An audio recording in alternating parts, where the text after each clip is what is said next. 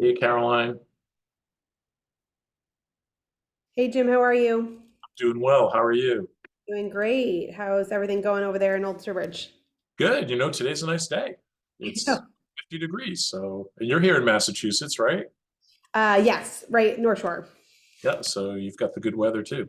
Yes, no, we're anything above 50 is like almost summer for us. I am with you. Same here. Okay, we're gonna get started in a minute. Cassie, if you could just promote Rebecca to perfect. See you doing that. Hi, Rebecca. Hi, How are good you? afternoon. Good afternoon. Well, thank you. All right, we're gonna give people one more minute and then I'm gonna have you start and then I'll start and share my slides and everything. Does that work? Sounds great. Okay, awesome. Jim, I'm gonna talk for probably like 10 minutes, just kind of give an overview of the Yass Prize and then we'll come to you. So feel free if you want to be off video for the first 10 minutes or, on mute, Great. do whatever you need to do and then it'll be very clear when I pull you and Janine up. Awesome. Thank you. Yeah, thank you. Okay. Okay, Rebecca, I think we can get started. We have a bunch of people here. I want to respect people's time. This is being recorded, which is awesome. So in case people weren't able to attend live, but I'll have you get started and then to kick us off. Wonderful. Well, thanks everyone for joining today. Good afternoon for some of you. Good morning to others, depending on where you're located. My name is Rebecca Fiden. I joined BES as the Chief of New Schools in September. So great to be with you all today. Want to thank all of you from the BES network for joining to learn more about the Yass Prize. And really grateful for the Yass Prize team for partnering with us to share more information with our network. Caroline, I'm going to turn it over to you. And for those of you that are joining us, we're excited to have Caroline, who is the Vice President of the Yass Prize, here to talk about the application process. So thank you so much, Caroline. Of course. Thank you to Rebecca, Nicole, and the entire BES team. It's always so nice when we can do these like private special webinars. We have webinars every 2 weeks for any applicants, and we'll talk about that at the end of this in case you want to learn even more. But it's also great to do these private, unique webinars. So I'm actually in the North Shore of Boston living, and I used to be a teacher at Brook Charter School. And I know that it was always a great day when all of the BES fellows would come to Brook. There was always like 30 of you and would come into all of our classrooms. So while I'm not a teacher anymore, I love BES and the work that you all do. And whether, no matter what stage you are of starting your school or leading your school, it's incredible work. So thank you for being here. As Rebecca said, I'm the Vice President of the Yass Prize. Today's webinar is to really give you a sense of what the Yass Prize is all about, answer any questions that you may have about the application process, with the hopes that you apply. We are going to be using the Q&A feature at the bottom of the screen. If there's any questions that you have, my colleague Cassie will be answering them throughout the webinar. And at the end, I'll be answering some live. So as questions come up, please feel free to use the Q&A feature, not the chat. But of course, you can use the chat to introduce yourself and say, who you are and where you're calling in from. Okay, with that, I am going to share my screen and oops, not that. And we'll get started. Okay, thank you all for being here again. So we're going to talk about the founding of the Yass Prize, why it was created, how it's evolved. We're going to talk about briefly about the STOP principles, the application timeline, which I'm sure you have a lot of logistical questions about. And then I'm going to be interviewing two of our alumni that are charter school leaders, one from Massachusetts, one from Washington, D.C., who have been past awardees of ours and are in our cohort and our network. And then I'll take some question and answer from the audience to wrap up. I do anticipate us to wrap up around 1:40 Eastern time. We know your time is precious, so thank you for being with us, and let's get started. So the Yass Prize was founded in 2021 in the thick of COVID, and we knew that our frontline workers and our emergency responders and the people who work in the hospitals were being awarded and celebrated, rightfully so, because they were really on the front lines of the pandemic during this really scary and uncertain time. But our benefactors, Jeff and Janine Yass, also knew that there were another type of frontline workers that they wanted to acknowledge and celebrate. And those were our education leaders and teachers that were showing up, whether you were showing up in a virtual way or showing up in person in schools. You were doing what the best you could with what you had in really uncertain times, and trying to give stability to students in a time that was really scary for a lot of families. So that first year we had 20 awardees. It ended up, we were just going to have a $1 million winner, but the level of engagement and creativity and innovation we saw from these applicants around the country, we ended up giving funding to all 20 of our awardees, with the $1 million winner being the Discovery Center of Springfield. And what's such a neat, their story is so incredible, and I encourage you to Google them and learn a little bit more. But they were a science center, just like any other science center you see around the country. And they decided to, their science center was, or their science museum was shut down during the pandemic, but they decided to open up a school because they realized that the students of the frontline workers those kids had to be in school, and they couldn't be doing anything virtually because their parents had to be in the hospitals and in the clinics. And so they opened up a school for that community of students, which is really remarkable. So we call it the museum that turned into a school, and it's still a school. They, since, even though the pandemic is a little bit behind us, they still are a living, breathing museum, and they have the school component, which is just so special and remarkable. And while, as I said, the pandemic is no longer, making up our full existence right now, right? We don't really ask any questions on the application right now about the pandemic. But what is true is thinking about our STOP principles, which stand for sustainable, transformational, outstanding, and permissionless. Those are the 4 tenets that really embody all of our awardees and what make up the Yass Prize. When we think about eligibility, there's a couple of things that are really important, and I'm sure you all qualify for all of these, being in the BES network. So I'm going to go through them pretty quickly. One, you need to be serving students within pre-K to 12th grade. Obviously, you could just be a middle school, or you could be just an elementary school. That's totally fine.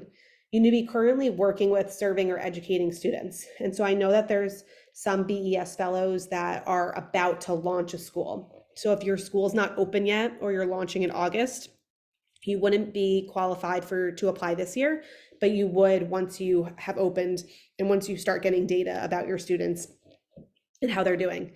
You're all in the United States, so that's a given. And making sure that you haven't been a previous awardee, which I'm assuming you're on this call, so none of you have been. So as long as those are the basic criteria. Of course, there are more complicated nuances within the STOP principles, and we'll talk about that. But these are like the basic things that if you say yes to all of these, you are eligible to apply for the Yass Prize. So one of the biggest components of our application are 4 short answer questions.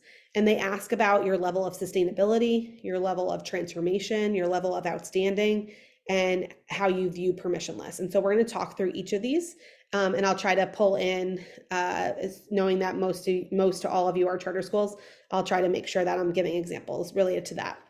So when we think about sustainable, we think about the funding for students following students. And so even if they are not attending their traditional public school and instead they're attending a traditional charter school, or I'm sorry, a public charter school, that you receive charter funding. And so that makes you partly sustainable.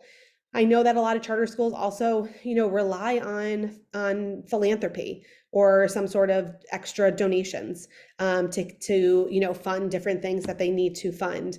And so how can we make sure that our school is able to operate at a really high and strong level without that additional philanthropy, or not relying on it as much as maybe you are currently?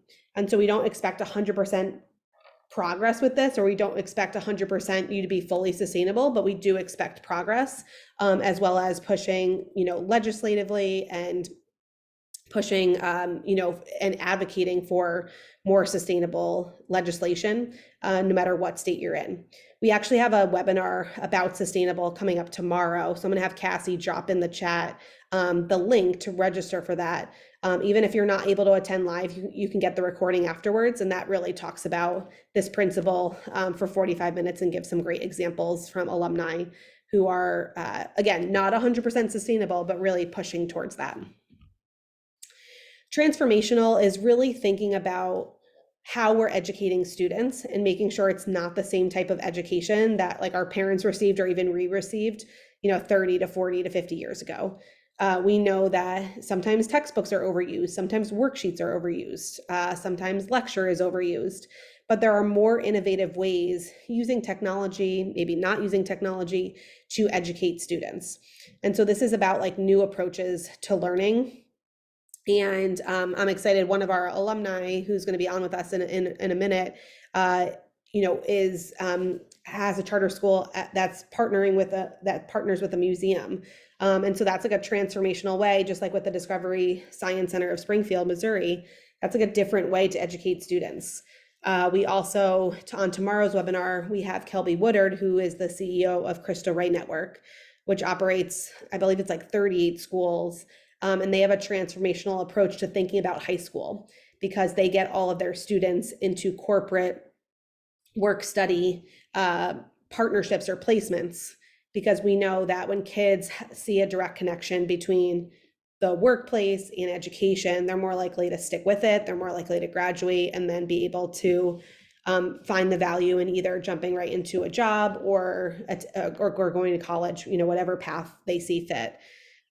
So transformation can look totally different. It's going to look different in kindergarten than it is with 12th graders.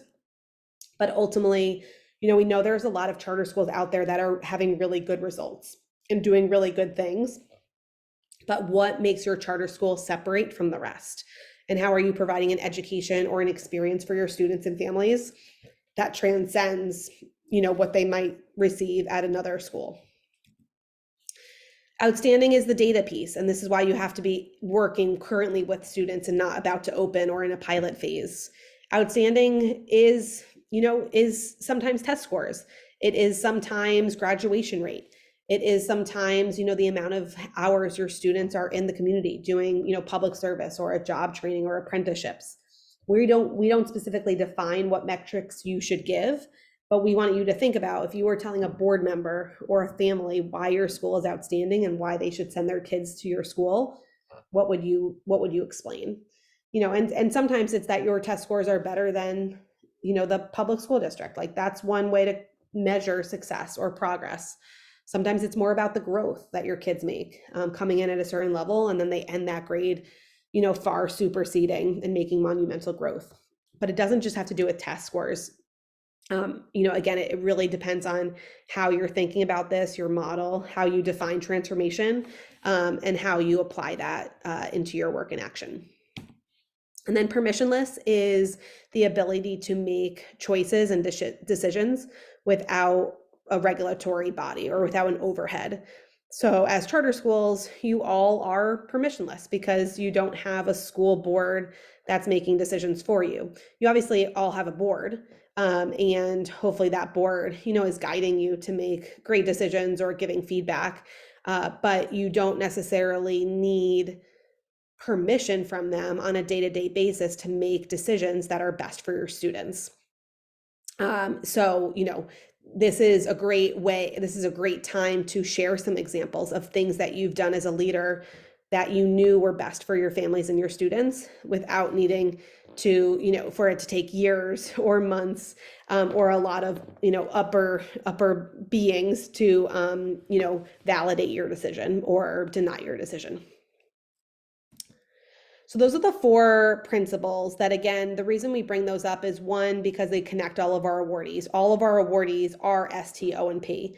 They might not be 100% sustainable, or they might not be, 100% permissionless, but they all have all of them. And they're a really big part of the application, because that's what when you're explaining and you're describing what you do and why you do it and how it looks in action, even if we haven't been able to visit.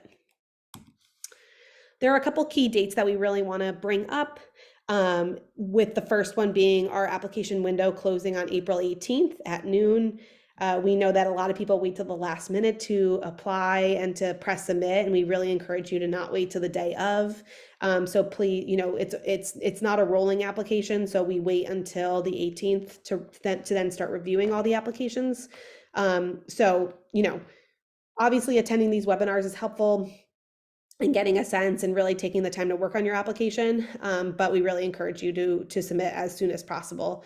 And it should only take about 4 to 6 hours to complete. So this is not like a traditional grant or a national, education department grant where you have to like put in months and months and time. And the only other thing I'll say is we know that a lot of charter schools have a development person or someone who's like works on grants. And while they can be involved, it should be the CEO or the founder of the school, or that main like principal who should be writing and guiding the application, because that person will be the thread that comes to all of our events. And if you're chosen as one of our awardees, we'll eventually pitch at the accelerator. And I'll talk about that in a minute. We will then reveal our 50 semifinalists in early September, live from DC, and that will be a live stream. So anyone who has applied will jump onto the live stream, and you'll be able to hear if you're chosen as an awardee. We have 50 this year, and they're each going to be receiving a minimum of $200,000. From there, we're going to then narrow the pool down in November, where we'll announce our 10 finalists and our 1 winner. So 40 people, 40 awardees or organizations will get a minimum of $200,000. If you become a finalist, you'll then get $500,000. And then we have our $1 million award winner. So it'll be one person out of the group of the 50. From there, we have our second annual Yass Summit, which is a convening of the best and the brightest in education and business and finance journalism in New York City. That is a mandatory obligation for our awardees. We pay for travel and we pay for hotel for you to get there. It's a one-day summit. And we just announced that it's going to be at one of the World Trade Center buildings. So it's going to be a really special day. Then in October, we have our 3-week virtual accelerator, which is 3 weeks of intensive but really amazing programming and Zoom sessions that lead then up to a 1-week Miami accelerator, where again, we know that if we're taking you away from your schools and the day-to-day operations of running a school, we're going to give you like the best programming, but also out of the box programming. So we're not going to give you speakers that you would traditionally see at a charter school conference or ASU GSV or another conference, but really thinking about the best and the brightest and the boldest, and thinking about how are you going to use what you're learning in order to take your organization to the next level. And so, you all have the support of BES, which is incredible, who once you open your school, they don't just say, bye and leave you hanging. They really support you along the way, as additional challenges come up. And the Yass Prize is an additional network of support with our growing cohort of awardees. And so the nice thing is that you now have like 2 supports potentially, and you can use them in different ways. And then, as I mentioned, we're going to reveal our 9 finalists and our winner in early November at our gala right following Election Day in Washington, D.C.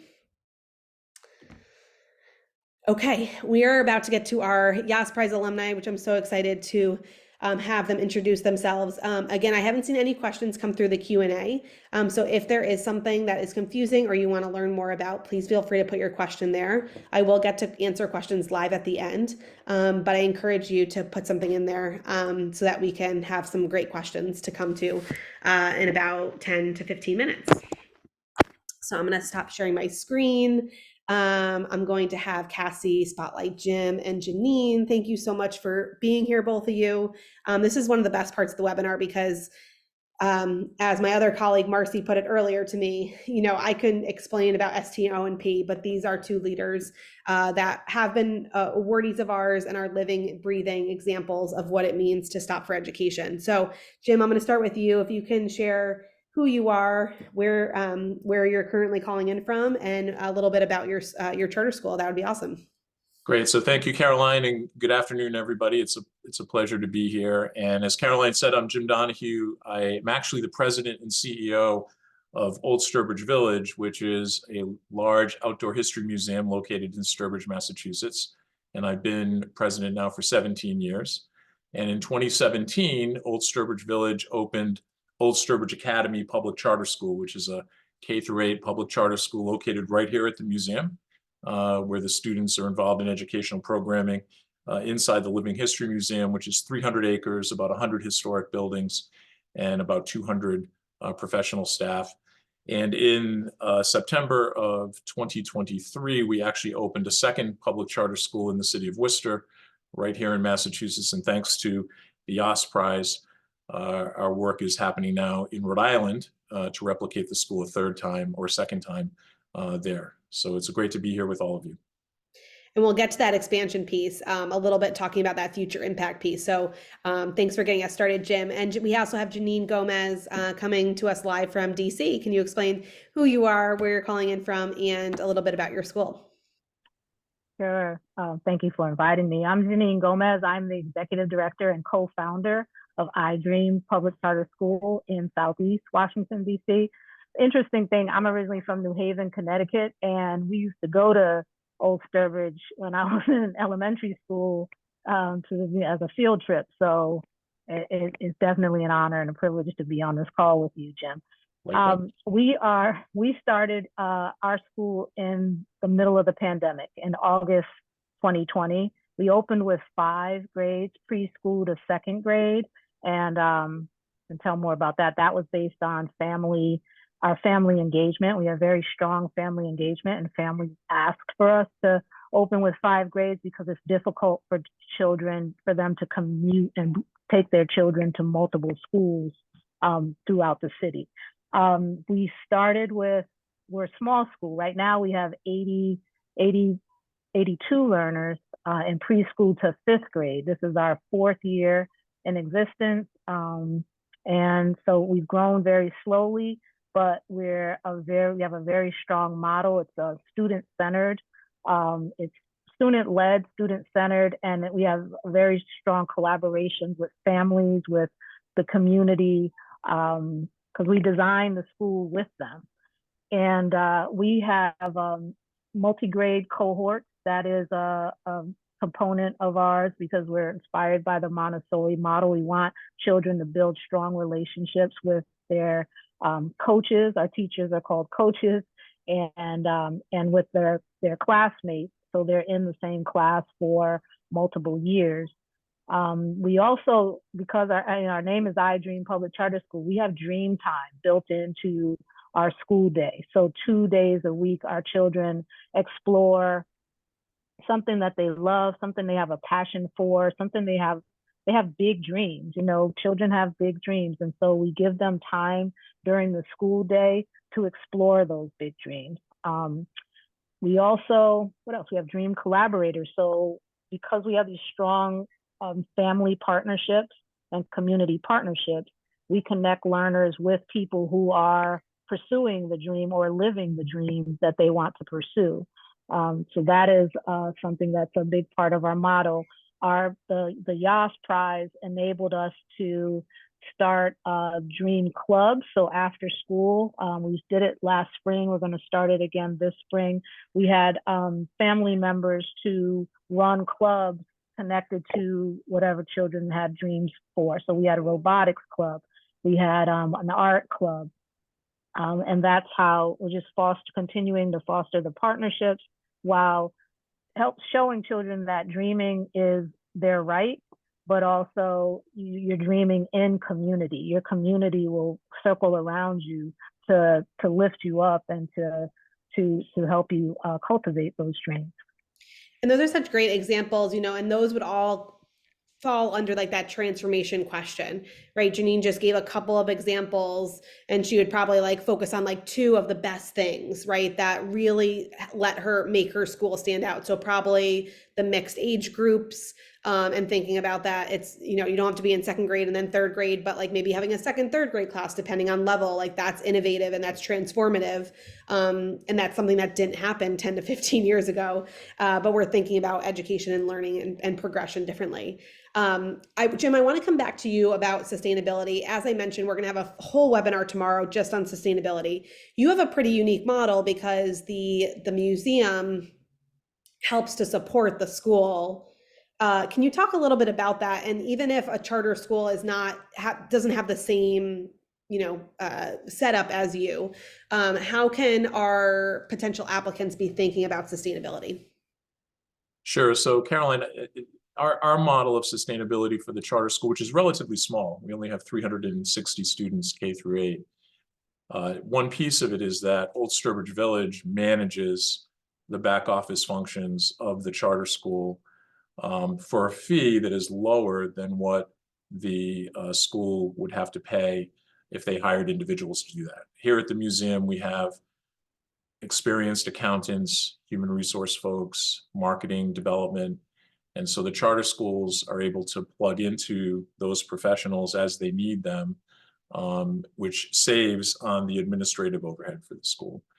The other thing that we're able to do is provide an extended classroom for the charter schools here at the museum. So they have access to all of the facilities, they have access to all of the expertise here at the museum to support learning. And so for us, part of our mission was to drive as many dollars as we can into teaching and learning and working with students and families, and as few dollars as possible into the administration of the school. I think one of the great things about the model unexpectedly was in 2020 when COVID-19 hit. Here in Massachusetts, there were some fairly strict guidelines, as some of you may know, for bringing students back full and in person. And thanks to the partnership between the museum and the school, we were able to get back full and in person right away and leverage the outdoor assets of the museum to support learning for our students. So I think when I think about sustainability for public charter schools, particularly small ones, I think, any way to creatively reduce expenses that don't directly impact students is the way that we've been thinking about it. And Janine, you brought up this idea that you started during the pandemic. And one of the misconceptions about the Yass Prize is that you have to be, a certain amount of years old in terms of your organization has to be, 5 years old or 10 years old in order to qualify and have data. You were like 1 year old, probably 1.5 maybe, when you applied. And you were still an awardee of ours because you were doing transformative things during COVID and now, since. Can you tell us a little bit about like any other misconceptions about the Yass Prize, or tell us a little bit about like how you viewed, even if you were so young, and a lot of our BES, founders and people on this webinar might be just as young as you were in terms of the organization age. Can you tell us a little bit about how you thought about that and why you put yourself out there to apply? Yeah, well, I'll start out like I'm a big dreamer. And so I was so connected to the mission and the vision of the Yass Prize, that that's what drew me to it. Personally, also, I like telling the story. And so when I saw the part, where it had to show data, we really didn't have data. I mean, we had some data from that first year, but we were in the pandemic. We were virtual. We had 3 to 7 year olds online learning. So our assessment data was so skewed. So what I thought about, you mentioned it in your introduction, is growth. So I was thinking about like, how can I show growth? And how can I show growth through stories? We didn't have numbers. So I told stories of learners who started with us that first year, and then where were they, in this year. I talked about the dreams some of our learners had and how they were pursuing their dreams. So I just would recommend, if you don't have the data over time, to show if you're very new, just tell the stories about how learners have grown, how our school has grown, how your staff has grown. Tell those impact stories, because I think that helps our application. Yeah, that definitely shines a light, right? Because the numbers can tell one piece of the story, but again, it's not just about numbers, right? And having both, or at least explaining, how those impact stories will then lead to greater results, however you define those results. Jim, I want to come back to you. You attended the Yass Summit in Cleveland. This year it's going to be in New York City, but you came to us and you saw, we met you for the first time in Cleveland. And then you also attended as one of our 33 semifinalists, the Yass Prize Accelerator with the 3 weeks virtual and then the 1 week in Miami. Can you tell us a little bit about what that experience, either of those experiences or both, were like for you? How was that experience different than maybe some of the other programming or like conferences that school leaders traditionally go to? Oh, goodness, Caroline. I mean, it was so different from any other award or prize competition that I've been part of as a museum leader or as a school leader. I found so many impactful benefits of the experience. I mean, the first was the opportunity to connect, particularly through the accelerator, Caroline, right, with other entrepreneurial educational leaders, some from within my sector, some from in different sectors, not just from my region, but from around the country in an intensive way. So I think that we still, as you know, have relationships, right, and are communicating with one another after the accelerator. So from a personal and professional development experience, it was great. I think that the presenters who were speaking and presenting during the accelerator were amazing and really pushed my thinking as a school leader around how to think about our organization. The logistics of this, I mean, because we're in this business, right? The logistics were amazing. I mean, the way that this was organized, the content, it was worth every single minute of time. And I'll finish with this, that at the gala in December, right? We did the gala and the $1 million awardee was announced. Prior to that, when we were doing the pitches, everyone who would get up from our cohort and make a pitch, I thought they should get it, because you really get to know people and you get to know their dreams, as Janine said, and their vision for their program. So, I mean, I think, and others have said this, you come away gratefully with a cash prize that allows you to pursue your dream of expansion or growth or transformation. But I found that the relationships that you form through the accelerator, the wisdom that you get from the presenters, and the personal and professional challenge you get from thinking about your pitch and your growth was also just as beneficial. And I feel just very lucky to have been part of it. Thank you for sharing that. And I think you brought up a couple of great points that I just want to kind of hone in on. We hear that so much and so frequently, and we're always blown away by that, people apply for the initial thought of, getting additional funding for their students and for their school and what that can do for their community. But the actual takeaway for our school leaders is often that collaboration piece and those lifelong networks. The fact that you have 33 new colleagues across the country that you can learn from, rely on, call on at any point to ask a question related to finances or real estate related to facility funding, or anything related to transformation. And because we're sector agnostic, a charter school leader might be talking to a traditional public school superintendent who might be talking to an ed tech, founder who is starting the latest, greatest financial literacy curriculum, right? And because these conversations happen in a really intensive way in Miami, they're really solid after Miami, and they're lifelong. And now we have over 200 awardees who are all, in this collaboration together. And the pitch is, a 3-minute pitch that our semifinalists give in Miami for why they should win the $1 million. But the skill of honing your story transcends the Yass Prize. So yes, you're pitching for the Yass Prize, but I'm sure Jim has been able to use that pitch or aspects of the pitch in board meetings, in, family, meetings, in, meeting with people in the community. It really, really focusing on what is your story? What are you trying to say? And where are you growing is really what that pitch is all about. So thank you for bringing up those points. Janine, I'll come to you before we go to some Q&A. And just a reminder, I'm going to answer some questions live from Leslie and Lindsay. So please feel free to add in some other questions to the Q&A portion, and we'll get to that in a couple minutes. Janine, any last tips or piece of advice for our potential applicants on this call today?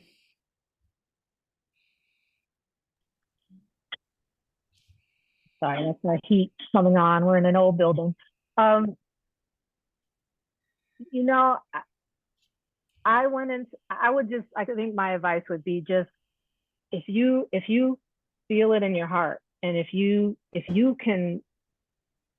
passion for it and your love of what you do that comes through in your words and in your stories and how you respond to the questions. I mean, I think that's what I would say. Like, the data's great. You have to have that. You have to have, some description of your structure and your plan and your model, but add to it, your love of it, add to it the stories, and add to it, the children that you're touching and certain families that you're serving, and bring that voice into it. And that would be my recommendation.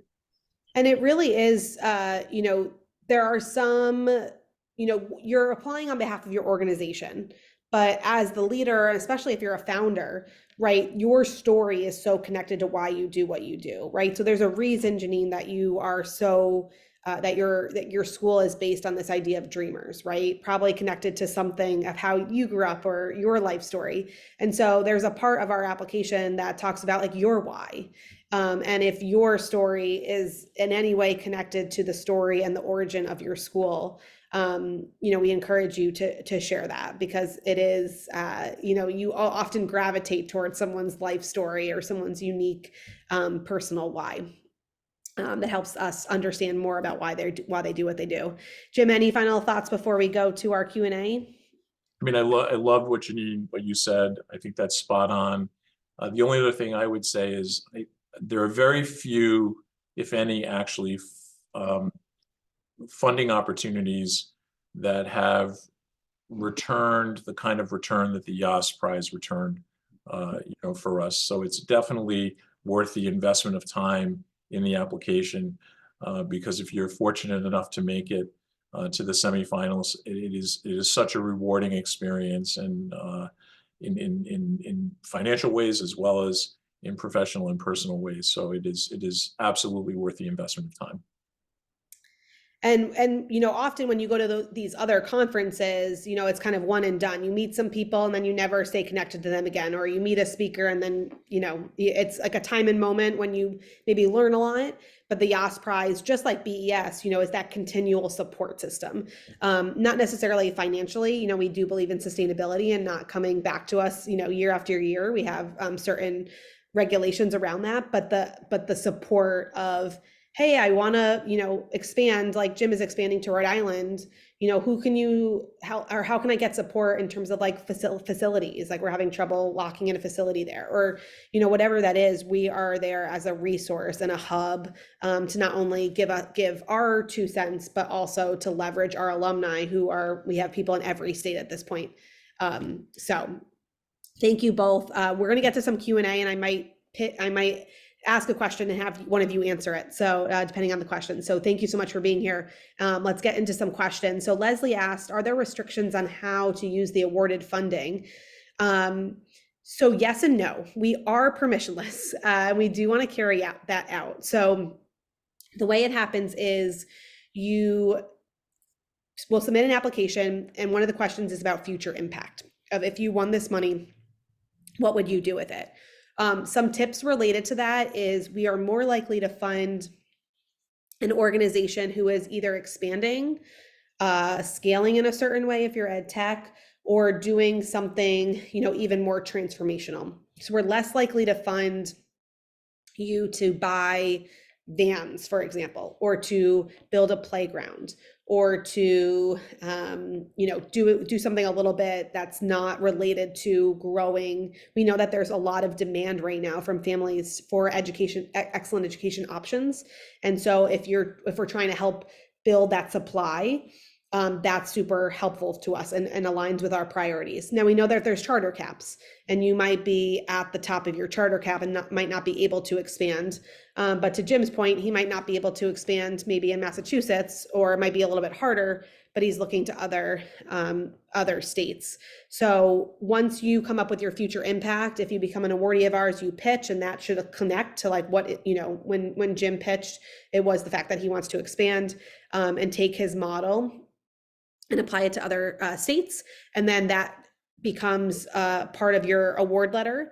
And we look for progress towards that award letter. So it's signed by both the Yass Prize and that person.